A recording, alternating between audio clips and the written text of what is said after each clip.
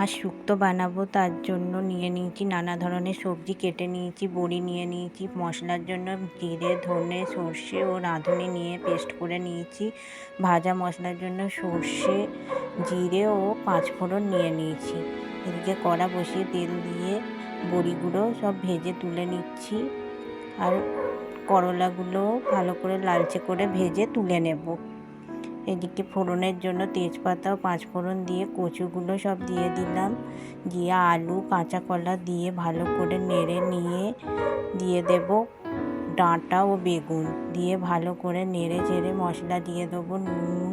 হলুদ ও পরিমাণ মতো চিনি ও যে বাটা মশলাটা ছিল সেটা দিয়ে ভালো করে কষিয়ে নেব। তারপর জল দিয়ে দিলাম, দিয়ে বড়ি আর উচ্ছেগুলো দিয়ে 15 মিনিটের জন্য চাপা খুলে সেদ্ধ হয়েছে কি দেখে ভাজা মশলা ও 2 চামচ ঘি দিয়ে তৈরি